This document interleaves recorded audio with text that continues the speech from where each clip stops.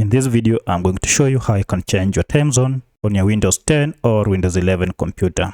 So my current time here is supposed to be 4, but as you can see, it is showing it is 9, which is wrong. And the problem is because of the time zone. So to get the automatic time, according to the region where I am, I'm supposed to change the time zone. So let me show you how you can do it. Now, the first thing you need to do is to come here and search for time, and then select this option called date and time setting. Tap on it to open. As you can see, if you look at time zone, it is reading Beijing, while currently I'm in Kenya. So to change the time zone, go ahead and tap on date, time, and region formatting. Then go ahead and click on date and time. Now here you'll see my zone has been exposed as Beijing.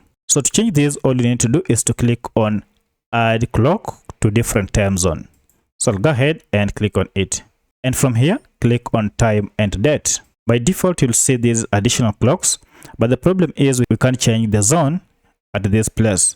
So what you need to do is to tap on date and time. And now from here, you see you have your time zone, and you can go ahead and change the time zone by clicking on change time zone. Now go ahead and click on the down arrow, and I'll go look for my time zone, which is Nairobi, and here it is.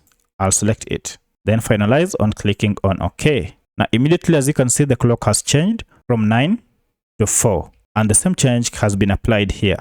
So if the date is okay, just leave it as it is. Otherwise, if it is not okay, you can go ahead and adjust it. Finally, click on OK to complete your changes.